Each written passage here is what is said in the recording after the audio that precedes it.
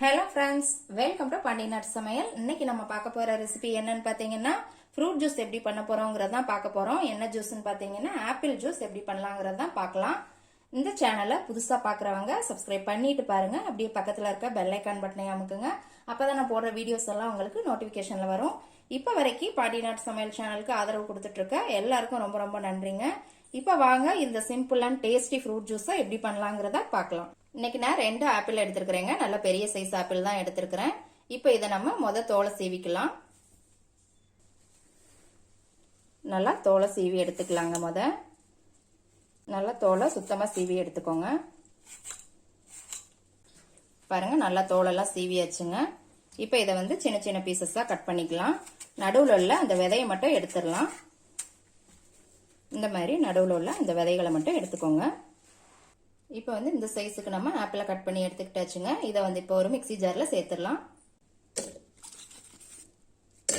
இப்போ இதோட கொஞ்சம் தண்ணி சேர்த்துக்கலாங்க. நான் ஒரு 300 ml தண்ணி சேர்த்துருக்கிறேன். நீங்க வெறும் ஆப்பிளை மட்டும் அரைச்சிங்கன்னா நல்லா நைஸா அரைப்படாது. அதனால தண்ணி சேர்த்து அரைங்க, நல்லா நைஸா அரைச்சிக்கும். இப்போ இதை மிக்சியில நல்லா நைஸா அரைச்சி எடுத்துக்கலாம். பாருங்க, நல்லா நைஸா அரைச்சி எடுத்துக்கிட்டாச்சுங்க. இப்போ இதோட நம்ம பால் சேர்க்க போறோம். எவ்வளவு தண்ணி ஊத்தணுமோ அதே அளவு பாலுங்க. 300 ml பால் சேர்த்திருக்கிறேங்க. இந்த பால் காய்ச்சி ஆறுனதுக்கு அப்புறம் ஃப்ரிட்ஜ்ல நல்லா கூல் பண்ணி எடுத்துக்கிட்ட பால். இதோட சுகர் சேர்த்துக்கலாம். சுகர் இன்னைக்கு நான் 6ல இருந்து 7 ஸ்பூன் பக்கம் சேர்த்திருக்கிறேங்க.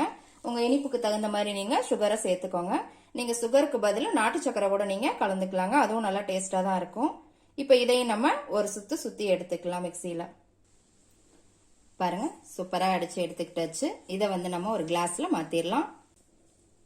பாருங்க, எவ்வளவு சூப்பரான ஆப்பிள் ஜூஸ் ரெடி ஆயிருச்சுன்னு. எப்படி இருக்குன்னு கண்டிப்பா செஞ்சு பாருங்க. செஞ்சு பார்த்துட்டு கமெண்ட்ல போடுங்க. லைக் பண்ணுங்க, ஷேர் பண்ணுங்க, சப்ஸ்கிரைப் பண்ணுங்க. கூடவே பெல் ஐக்கான் பட்டனையும் அமுக்குங்க. மறுபடியும் வேற ஒரு ரெசிபியோட சந்திக்கலாம் ஃப்ரெண்ட்ஸ். அன்போடு சமைத்து ஆனந்தமாய் உண்டு இன்பமாய் வாழுங்கள். வாழ்க வளமுடன்.